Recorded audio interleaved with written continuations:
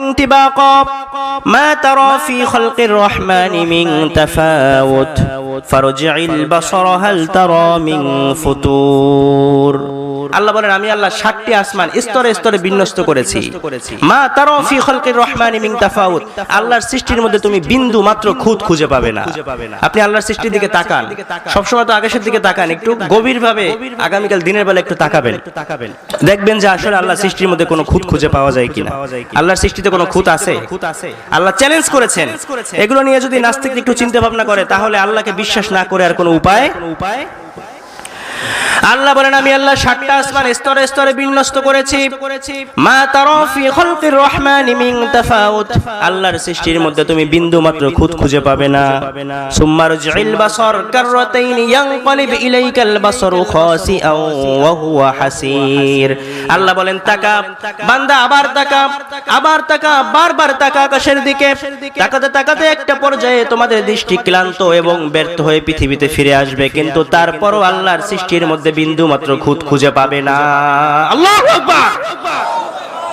আল্লাহর সৃষ্টিতে কোনো খুঁত আছে? আল্লাহ চ্যালেঞ্জ করেছেন। এরপর রব্বুল আলামিন বলেন ওয়ালাকাদ যায়্যানাস সামাআদ দুনিয়া বিমাসাবিহা ওয়া জাআলনাহা রুজুমান লিশ-শায়াতিন ওয়া আ'তাদনা লাহুম আযাবাস সাঈর। আল্লাহ বলেন আমি আল্লাহ প্রথম আকাশকে, প্রথম আকাশের মহাশূন্যকে সুসজ্জিত তারকারাজি দিয়ে আমি সুশোভিত করেছি। সুবহানাল্লাহ। রাতের বেলা তারার মেলা আছে না নাই? রাতের বেলা যখন আমরা আকাশে তারকার দিকে তাকাই, এখন তো লাইটিং ফাইটিং এর কারণে অনেক কিছু দেখা যায় না, অনেক তারকার আলো চোখে পড়ে না, কিন্তু আগে গ্রামগঞ্জে এখনো আছে। রাত্রিবেলা আকাশের দিকে তাকালে লক্ষ লক্ষ লক্ষ কোটি তারা আছে না নাই? এগুলো আমরা এতটুকু ছোট ছোট দেখতে পাই না, কিন্তু আসলে কি এগুলো ছোট? এই তারকা এর মধ্যে একটা আছে সূর্য। এই সূর্যটা হচ্ছে পৃথিবীর চেয়ে কত লক্ষ গুণ বড়? কথা বলেন।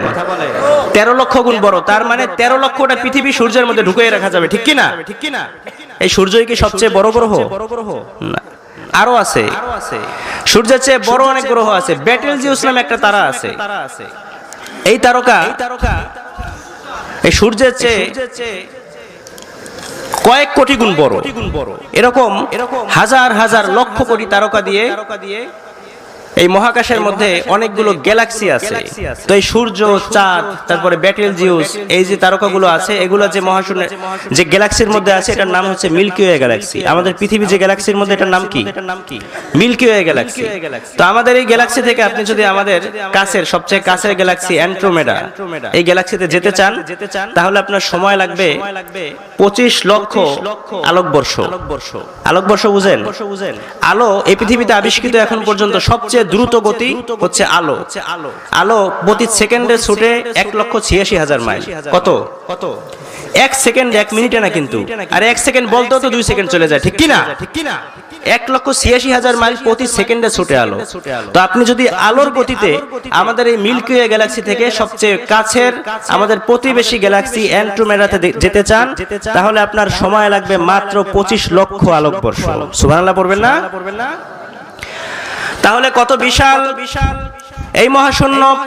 এই মহাশূন্যের মধ্যে শুধু মিল্কি ওয়ে না, অ্যান্ড্রোমেডা না, এরকম হাজার হাজার লক্ষ লক্ষ গ্যালাক্সি আল্লাহ তৈরি করে রেখেছেন। আবার আল্লাহ বলেন এই সমস্ত গ্যালাক্সি গুলো যেখানে অস্ত যায় আল্লাহ পাক রব্বুল আলামিন সেই জায়গার কসম কোরআনের মধ্যে খেয়েছেন। রব্বুল আলামিন বলেন ফালা উকসিমু বিমাওয়াকি'ন নুজুম। এই সমস্ত গ্যালাক্সি, মিল্কি ওয়ে গ্যালাক্সি, এই সমস্ত তারকারাজি, এই সমস্ত গ্রহ যেখানে অস্ত যায় বিজ্ঞানীরা সেটার নাম দিয়েছে ব্ল্যাক হোল। কি দিয়েছে? Black hole. আল্লাহ বলেন ফালা উকসিমু বিমাওয়াকি'ন নুজুম, যেখানে এই তারকারাজিগুলো অস্ত যায় আমি আল্লাহ সেই জায়গায় কসম কাটলাম। সুবহানাল্লাহ। বিজ্ঞানীরা বলে এই ব্ল্যাক হোলটা, এই ব্ল্যাক হোলের রেঞ্জের মধ্যে যখন এই গ্যালাক্সিগুলো আসে, ছোট বাচ্চার মুখে চকলেট দিলে, চুইংগাম দিলে ছোট বাচ্চা যেভাবে চুষে খেয়ে ফেলে, ঠিক সেভাবে এই ব্ল্যাক হোলের মুখের কাছে আসলে এই বড় বড় বিশাল দানবাকৃতির এই সমস্ত গ্রহগুলো, এই সমস্ত গ্যালাক্সিগুলো এই ব্ল্যাক হোল চুষে খেয়ে ফেলে। সুবহানাল্লাহ পড়বেন না? তাহলে এই সবকিছু প্রথম আকাশের মহাশূন্যের ভিতরে, এখনো উপরে যাওয়া যায় নাই। সব কোথায়? প্রথম আকাশের মহাশূন্যে, এরপরে প্রথম আকাশ, এরপরে দ্বিতীয় আকাশের মহাশূন্য, এরপরে দ্বিতীয় আকাশ, এরপরে তৃতীয় আসমানের মহাশূন্য, এরপরে তৃতীয় আসমান আছে না নাই? বিশ্বনবী বলেন প্রথম আসমানের তুলনায় দ্বিতীয় আসমান কত বড়। শোনো শোনো, বিশাল মরুভূমির মধ্যে যদি সাহারা মরুভূমির মধ্যে তোমার হাতের আংটিটা রেখে দাও, তাহলে সারা মরুভূমির তুলনায় তোমার আংটিটা যত ছোট, দ্বিতীয় আসমানের তুলনায় প্রথম আসমানটা তত ছোট। সুবহানাল্লাহ। তাহলে কি সৃষ্টি করেছেন আল্লাহ, আপনি একটু কল্পনা করেছেন? আমরা সামান্য একটু জায়গা, এই পৃথিবী, আপনি যদি গ্যালাক্সির দিকে তাকান, গুগলে সার্চ করে, এই পৃথিবী একটা বিন্দুর মতো দেখা যায়।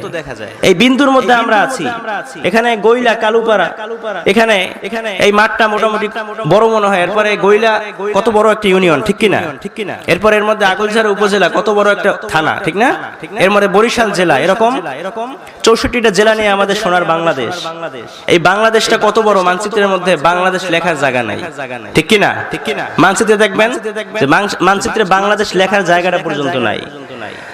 তাহলে আল্লাহর সৃষ্টির তুলনায় আমাদের এই পৃথিবীটা কত ছোট, এই পৃথিবীর তুলনায় আমাদের বাংলাদেশটা কত ছোট, এই বাংলাদেশের তুলনায় বরিশাল জেলাটা কত ছোট, বরিশাল জেলার তুলনায় আগলঝাড়া উপজেলা কত ছোট, আগলঝাড়া উপজেলার তুলনায় গইলা ইউনিয়ন কত ছোট, গইলা ইউনিয়নের তুলনায় আমাদের এই মাহফিলের মাঠটা কত ছোট, ঠিক কিনা?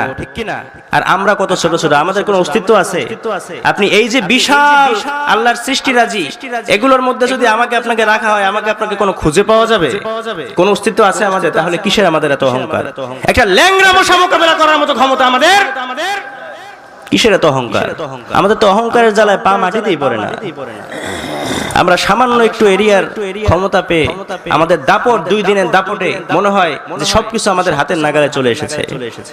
আমাদের চেয়ে বড় ক্ষমতাধর ছিল নমরুদ, ঠিক কিনা? নমরুদের যে ক্ষমতা ছিল আল্লাহ দিয়েছেন, সারা পৃথিবীর বাদশা ছিল নমরুদ। কিন্তু শেষ পরিণতি ইব্রাহিম আলাইহিস সালামকে না মানার কারণে শেষ পরিণতি ল্যাংড়া মশার কামড় খেয়ে পৃথিবী থেকে বিদায় নিয়েছে, ঠিক কিনা? ফেরাউন বলেছিল আনা রব্বুকুমুল আ'লা, আমি সবচেয়ে বড় রব। মুসা আলাইহিস সালামের সামনে ফেরাউন নিজের খোদাইত্ব জাহির করার চেষ্টা করেছিল। আল্লাহ পাক রব্বুল আলামিন তার সাথে গাদ্দারি করার কারণে নীল নদে চুবিয়ে পানি খেয়ে খাইয়ে মেরেছেন, ঠিক কিনা? নীল নদে পানি খাইতে খাইতে যখন তার পেটটা এরকম ফুলছে আর পারে না, তখন সে হাত জাগাইয়ে বলছে আল্লাহ, আমি মুসার উপরে এবং মুসার রবের উপর ঈমান আনলাম। আল্লাহ বলেন টাইম ইজ আপ, সময় শেষ, এখন আর ঈমান আনলে কোনো কাজ হবে? রব্বুল আলামিন বলেন আল ইয়াউমা নুনাজ্জিকা বিবাদানিকা লিতাকুনা লিমান খালফাকা আয়া ওয়া ইন্না কাসীরাম মিনান নাসি আন আয়াতিনা লাগাফিলুন। আল্লাহ বলেন এখন আর ঈমান আনলে কাজ হবে না, আজীবন বলেছি ঈমান আনো। মুসা বারবার তোমাকে দ্বীনের দাওয়াত দিয়েছে, তুমি মুসাকে হত্যা করার জন্য দেশ থেকে বিতাড়িত করেছো, করেছে কি করে নাই? মুসা যেন দুনিয়াতে আসতে না পারে হাজার হাজার শিশুকে হত্যা করেছো, লাখ লাখ শিশুকে হত্যা করেছো। তোমাকে মুসা দ্বীনের দাওয়াত দিয়েছে, তারপরেও ঈমান আনো নাই। এখন যখন পানি খেতে খেতে এখন আর দেখো যে উপায় নাই, এখন তুমি ঈমান আনো। তোমার এখন আর ঈমান আনে কোনো কাজ হবে? রব্বুল আলামিন বলেন আল ইয়াউমা নুনাজ্জিকা বিবাদানিকা লিতাকুনা লিমান খালফাকা আয়া। আল্লাহ বলেন আজকে আর ঈমান আনলে কাজ হবে না, তোমার এই দেহটাকে আমি পরবর্তী প্রজন্মের জন্য সংরক্ষণ করব। তোমার এই দেহ মাছে খাবে না, পোকে খাবে না, পানিতে পচবে না। তোমার এই দেহটা পরবর্তী প্রজন্ম দেখবে আর শিক্ষা গ্রহণ করবে। আল্লাহর সাথে গাদ্দারি করার পরিণতি কি হতে পারে? অতএব কি আমাদের ক্ষমতা, আমাদের কি আছে? কোনো ক্ষমতাই আসলে আমাদের নাই। সামান্য একটু ভূমিকম্প হলে পাগলের মতো সবাই দৌড় মারে। কয়েক সেকেন্ড যদি ভূমিকম্প হয় তাহলে তো অবস্থা খারাপ, ঠিক কিনা? এজন্য অহংকার করা যাবে? আল্লাহ বলেন যারা অহংকার করে তারা যেন আমি আল্লাহর কুদরতি চাদর ধরে টানাটানি করে। আল্লাহ কখনো অহংকারকারীকে ভালোবাসবেন না। এজন্য রব্বুল আলামিন বলেন ওয়ালাকাদ যায়্যানাস সামাআদ দুনিয়া বিমাসাবিহ ওয়া জাআলনাহা রুজুমান লিশ-শায়াতিন ওয়া আ'তাদনা লাহুম আযাবাস সাঈর। আল্লাহ বলেন আমি আল্লাহ প্রথম আকাশের মহাশূন্যকে চমৎকার তারকারাজি দিয়ে সুশোভিত করেছি, যেন তোমরা তাকালেই তোমার কলিজাটা ঠান্ডা হয়ে যায়। হয় কি হয় না? মন খারাপ, আপনি রাতের বেলা ছাদে উঠে আপনি আকাশের দিকে তাকিয়ে থাকেন, কত সময় দেখবেন আপনার মনটা ভালো হয়ে যাবে। আবার মাঝে মাঝে দেখবেন কিছু তারকা মনে হয় আকাশ থেকে খসে পড়ে, এরকম মনে হয় না? আমরা বলি উল্কাপিণ্ড, কি বলি? যে উল্কা পতন হয়। আর আল্লাহ বলেন রুজুমান লিশ-শায়াতিন, এগুলো হচ্ছে যে সমস্ত জিন শয়তান যেগুলো আরশের কিনারায় যায় ফেরেশতাদের কথা শোনার জন্য, ফেরেশতারা এই তারকা ধরে ওগুলোর উপরে নিক্ষেপ করে শাস্তি দেওয়ার জন্য। আল্লাহ বলেন রুজুমান লিশ-শায়াতিন, এই জিন শয়তানের উপরে তারকারা যে নিক্ষেপ করে। আল্লাহ এই তারকাকে সৌন্দর্যের জন্য সৃষ্টি করেছেন, আবার এই তারকা দিয়ে জিন শয়তানদেরকে শাস্তি দেন কি দেন না?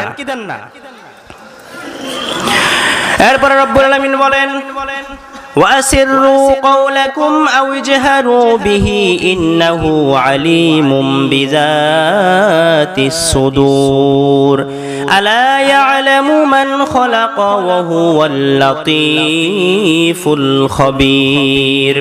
আল্লাহ বলেন وَأَسِرُّوا قَوْلَكُمْ أَوْ اجْهَرُوا بِهِ, গোপনে যদি কোনো কথা বলো সেটাও আমি আল্লাহ শুনতে পাই, আমি আল্লাহ দেখতে পাই। প্রকাশ্যে যদি কোনো কথাও বলো সেটাও দেখতে পাই কে? আপনি মনে মনে এখন যেটা ভাবছেন সেটা পৃথিবীর কেউ জানে না, আপনি জানেন। আর কে জানে? যদি প্রকাশ্যে একটা কথা বলেন, এই যে কথা বলছি এগুলোও শুনেন কে?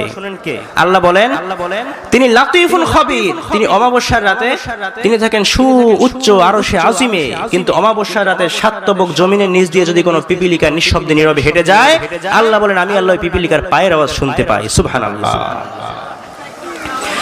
এজন্য আল্লাহ বলেন বান্দা গোপনে কোনো কাজ করো, গোপনে কোনো কথা বলো, গোপনে কোনো গুনাহের কাজ করো, পৃথিবীর কেউ দেখে না, দেখে কে? আবার প্রকাশ্যে যদি কোনো কাজ করো সেটাও পৃথিবীর কেউ দেখে না, দেখলেও দেখতে পারে, কিন্তু সবকিছু দেখেন কে? সবকিছু দেখেন। আল্লাহ বলেন যে আমি আল্লাহ সূক্ষ্মদর্শী, আমি আল্লাহ সবকিছু সম্পর্কে অবগত। অতীতে কি হয়েছে সেটাও আমি আল্লাহ জানি, আগামীতে কিয়ামত পর্যন্ত পৃথিবীতে কি ঘটবে, কিয়ামতের পরেও কি ঘটবে, এগুলোও জানেন কে? তিনি লাতীফুল খবীর। আলোচনা বুঝতেছেন আপনারা? এরপর রব্বুল আলামিন বলেন ওয়াল্লাযী জাআলা লাকুমুল আরদা যালুলান ফামশু ফী মানাকিবিহা ওয়া কুলু মির রিজকিহি ওয়া ইলাইহিন নুশুর। আল্লাহ বলেন আমি আল্লাহ এমন আল্লাহ, ওয়াল্লাযী জাআলা লাকুমুল আরদা যালুলা, তোমাদের জন্য পৃথিবীর জমিনকে আমি কার্পেটিং করে দিয়েছি, সমতল করে দিয়েছি। এই পৃথিবীর জমিন সমতল না? যদি সমতল না হতো আপনারা এখানে আজকে বসতে পারতেন, আপনারা হাঁটতে পারতেন, রাস্তা দিয়ে গাড়ি চালাতে পারতেন। আল্লাহ বলেন হুয়াল্লাযী জাআলা লাকুমুল আরদা যালুলা, পৃথিবীর জমিনকে সমতল করে দিয়েছি। ফামশু ফী মানাকিবিহা, তোমরা সেই পৃথিবীর জমিনের কাঁধের উপরে, পৃথিবীর জমিনের উপরে চলাচল করো। ওয়াকুলু মির রিজকিহি, এই পৃথিবীর জমিন থেকে উৎপন্ন রিজিক তোমরা ভক্ষণ করো। ওয়া ইলাইহিন নুশুর, আল্লাহ বলেন এই মাটি থেকেই দ্বিতীয়বার তোমাদেরকে আবার পুনরুত্থান করব। এই ক্ষমতা আল্লাহর আছে না নাই? আল্লাহ বলেন ওয়া ইলাইহিন নুশুর, এই মাটি থেকে সৃষ্টি করলাম। মিনহা খলাকনাকুম ওয়া ফিহা নুঈদুকুম ওয়া মিনহা নুখরিজুকুম তারাতান উখরা। আল্লাহ বলেন মাটি থেকে বানালাম, মাটির কবরে আবার পাঠালাম, আবার মাটি থেকে আমাদেরকে জীবিত করবেন কে? আল্লাহ বলেন ওয়া ইলাইহিন নুশুর, মাটি থেকে আবার জীবিত করা হবে। আবার রব্বুল আলামিন বলেন এই পৃথিবীর জমিনটা সমতল করেছি, সবুজ কার্পেটিং করেছি। বিমানে উঠলে দেখা যায়, বিমানে উঠলে দেখবেন যে নিচে শুধু সবুজ আর সবুজ দেখায় বাংলাদেশটা, ঠিক না? সবুজ মনে হয় সবুজের কার্পেটিং করা। আল্লাহ বলেন পৃথিবীর জমিনটা সমতল করেছি, আবার এই পৃথিবীর জমিনের নিচে আমি আল্লাহ আযাব এবং গজব রেখে দিয়েছি। বিজ্ঞানীরা আবিষ্কার করেছে এই পৃথিবীর নিচে জ্বলন্ত আগুনের লাভা আছে। আল্লাহ পাক রব্বুল আলামিন সেই কসম কোরআনে করেছেন ওয়াল বাহরিল মাসজুর, আল্লাহ বলেন উত্তপ্ত সাগরের কসম, ফুটন্ত সাগরের কসম। বিজ্ঞানীরা বলে কি ব্যাপার, সাগর আবার ফুটন্ত হয় কেমনে? সাগরের পানি তো ঠান্ডা, ঠিক না?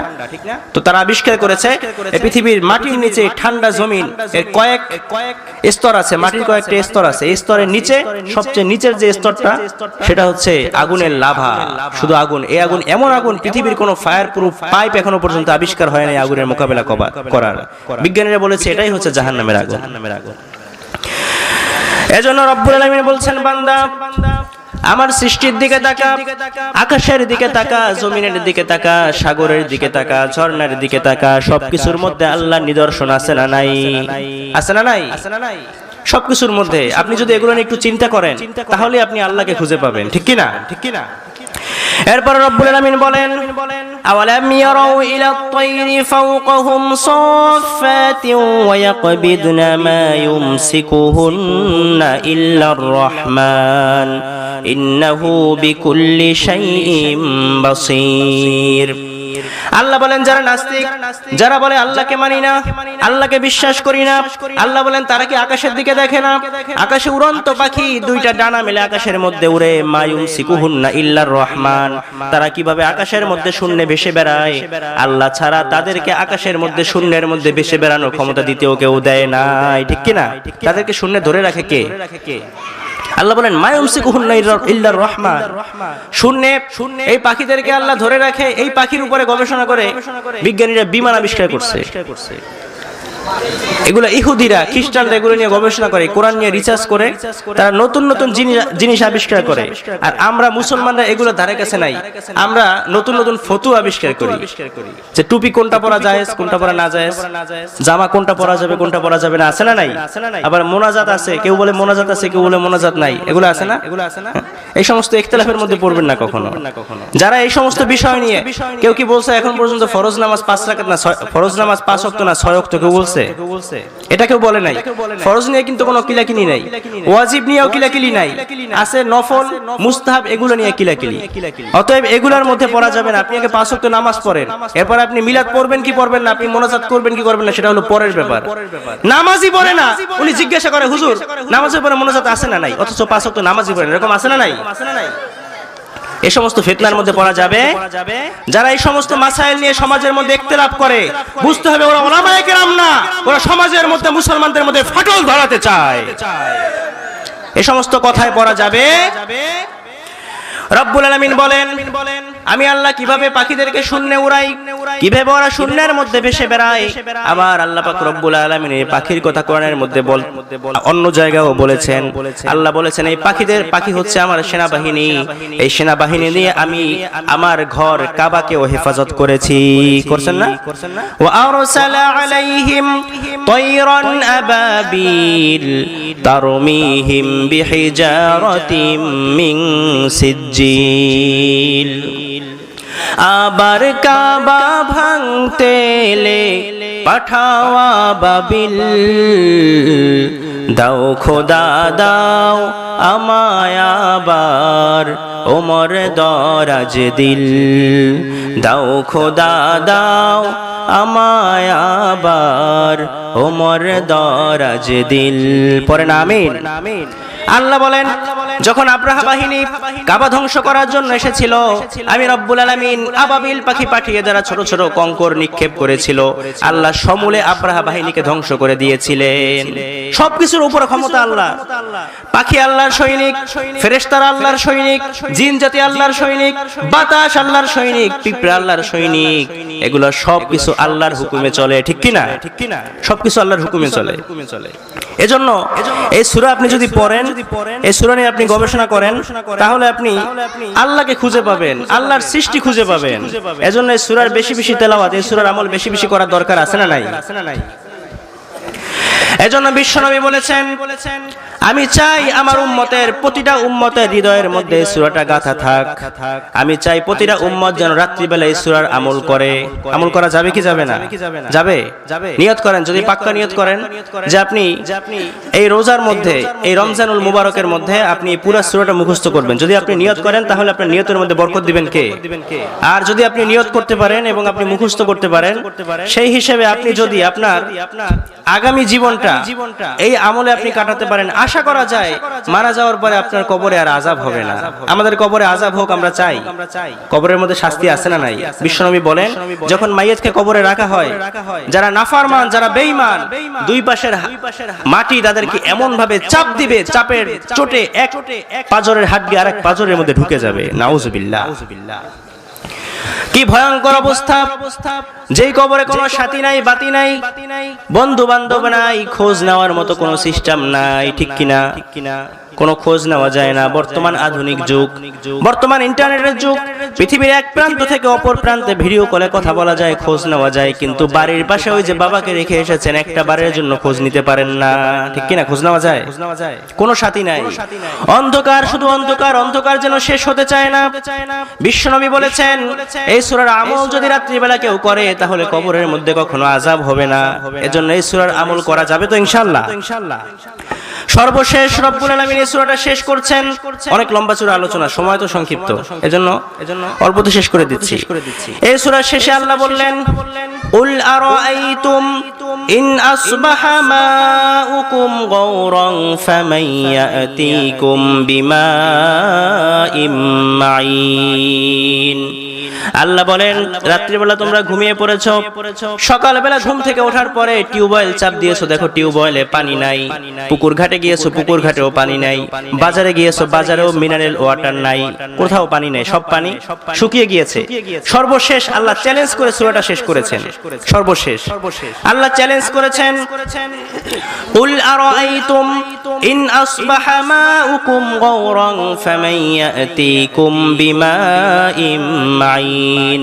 আল্লাহ বলেন, যদি পৃথিবীর সমস্ত পানিগুলো শুকিয়ে যায়, তাহলে বলো তোমাদেরকে স্বচ্ছ সুন্দর সুপেয় পানি এনে দেবে কে? পৃথিবীর কারো ক্ষমতা আছে এক ফোঁটা পানি বানানোর? কোন বিজ্ঞানীর ক্ষমতা আছে এক ফোঁটা পানি বানানোর?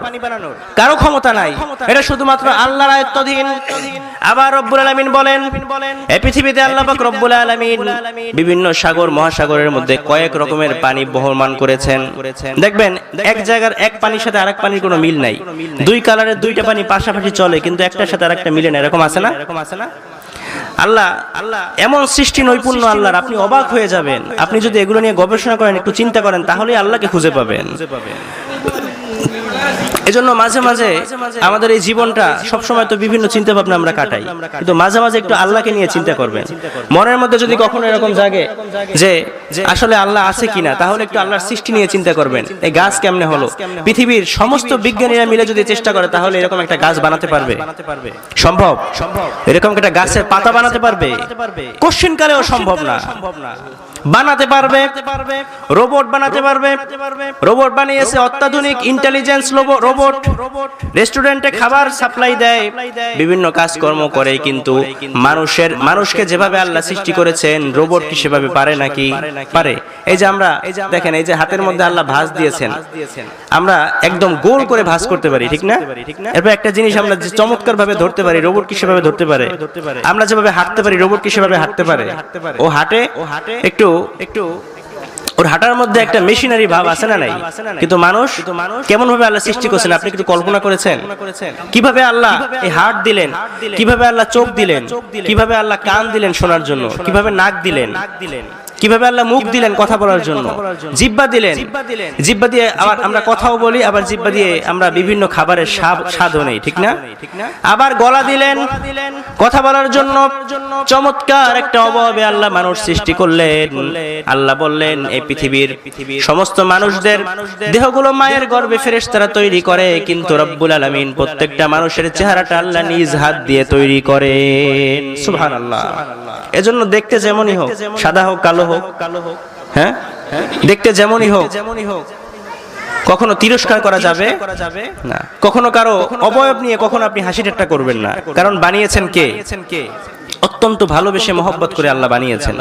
সূরাতুল হুজুরাতের মধ্যে আল্লাহ বলেছেন, যারা মানুষের অবয়ব নিয়ে যারা হাসি ঠাট্টা করে, যারা মানুষের নাম নিয়ে হাসি ঠাট্টা করে, আল্লাহ পাক রব্বুল আলামিন বলেন, এগুলো কবিরা গুনাহ, যতক্ষণ পর্যন্ত তওবা না করবে ততক্ষণ পর্যন্ত মাফ হবে না। এজন্য কখনো এগুলো করবেন না। এজন্য সম্মানিত উপস্থিতি, রব্বুল আলামিন বলছেন, قل أرأيتم إن أصبح ماؤكم غورا فمن يأتيكم بماء معين। আল্লাহ বলেন, সকালবেলা ঘুম থেকে ওঠার পরে যদি দেখো পৃথিবীর সমস্ত পানিগুলো শুকিয়ে গিয়েছে, সাগর মহাসাগরে পানি নাই, নদীতে পানি নাই, খাল বিলে পানি নাই, দোকানেও পানি নাই, সব পানিগুলো শুকিয়ে গিয়েছে, তাহলে তোমাদেরকে সুপেয় মিষ্টি পানি কে এনে দেবে? কেউ দিতে পারবে? পৃথিবীর কারো ক্ষমতা আছে? এই সুন্দর ফুল, সুন্দর ফল, মিঠা নদীর পানি, আল্লাহ তোমার মেহেরবানি, ঠিক কিনা? এই চমৎকার ফুল ফল, এই মিঠা নদীর পানি আল্লাহর অত্যন্ত মেহেরবানি। এগুলো যদি না থাকতো পৃথিবীর জমিনে আমাদের বসবাস করা সম্ভব হতো? আবার মিষ্টি পানি, লবণাক্ত পানি আছে না? লবণাক্ত পানি কি খাওয়া যায়? খাওয়া যায় না। আমাদের খাওয়ার জন্য আল্লাহ আবার মিষ্টি পানি বানান। যদি আল্লাহ পৃথিবীর সমস্ত পানিগুলোকে লবণাক্ত করে দেন, তাহলে এই পানি মিষ্টি করার মতো ক্ষমতা আমাদের পৃথিবীর কারো নাই। এজন্য রব্বুল আলামিন বলছেন, এই সূরাটা আমাদের চোখ খুলে দিবে, আমাদের চিন্তার জগতে আলোড়ন সৃষ্টি করবে। যারা বলে আল্লাহকে বিশ্বাস করি না, না দেখে কিছু মানতে চাই না, আল্লাহ বলেন আমার সৃষ্টি নিয়ে গবেষণা করো, আমার সৃষ্টির দিকে তাকাও, তাহলেই আমি আল্লাহকে খুঁজে পাবে। এই সূরার পরতে পরতে প্রতি আয়াতের মধ্যে প্রতিটা রন্ধে রন্ধে আল্লাহর সৃষ্টি নিয়ে আল্লাহ চ্যালেঞ্জ ছুড়ে দিয়েছেন, গবেষণা করেছেন, গবেষণাধর্মী কথা বলেছেন। আল্লাহ বলেছেন তোমরা চিন্তা করো এগুলো নিয়ে। আমার এই সূরাটা পড়ো, আপনি বাড়িতে গিয়ে মাঝে মাঝে অবসর সময়ে কোরআনের বঙ্গানুবাদ পাওয়া যায় না, আপনি সূরা মুলকের অর্থ সহ তেলাওয়াত করবেন, দেখবেন কি চমৎকার ভাবে আল্লাহ পাক রব্বুল আলামিন প্রেজেন্টেশন করেছেন এই সূরাটাকে, কি চমৎকার ভাবে আল্লাহ সাজিয়েছেন, কি চমৎকার ভাবে আল্লাহ এই সূরার মধ্যে তার নিয়ামত রাজির বর্ণনা দিয়েছেন। এজন্য আল্লাহর যে নিয়ামত, এই নিয়ামতের শুকরিয়া আমরা কিয়ামত পর্যন্ত আদায় করলেও সম্ভব, নিয়ামতের শুকরিয়া আদায় করা সম্ভব।